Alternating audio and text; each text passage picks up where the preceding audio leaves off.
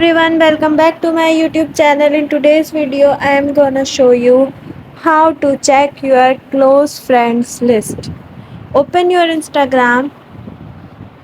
Okay, go to your profile. Click on three lines on the top corner.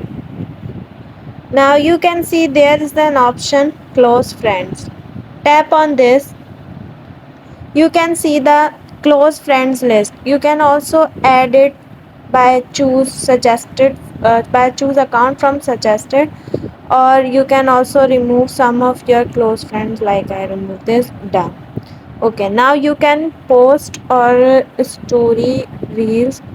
You can post reels or stories with your close friends or with public. Like I give you an example. Go to home, click on your story. I choose a random picture. Okay, then I choose close friends list. My story is uploaded, and you can see if